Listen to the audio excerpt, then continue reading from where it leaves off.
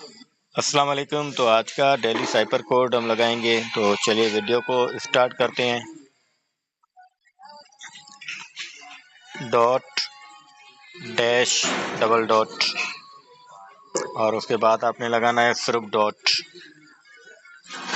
और उसके बाद आपने लगाना है डैश डबल डॉट और उसके बाद आपने लगाना है डैश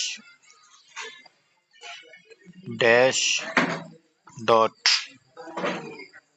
और उसके बाद आपने सिर्फ डॉट लगाना है और उसके बाद आपने लगाना है dot dash dot dot dash dot. तो ये आज का साइपर कोड। मिलते हैं अगली वीडियो में। अल्लाह हाफिज़।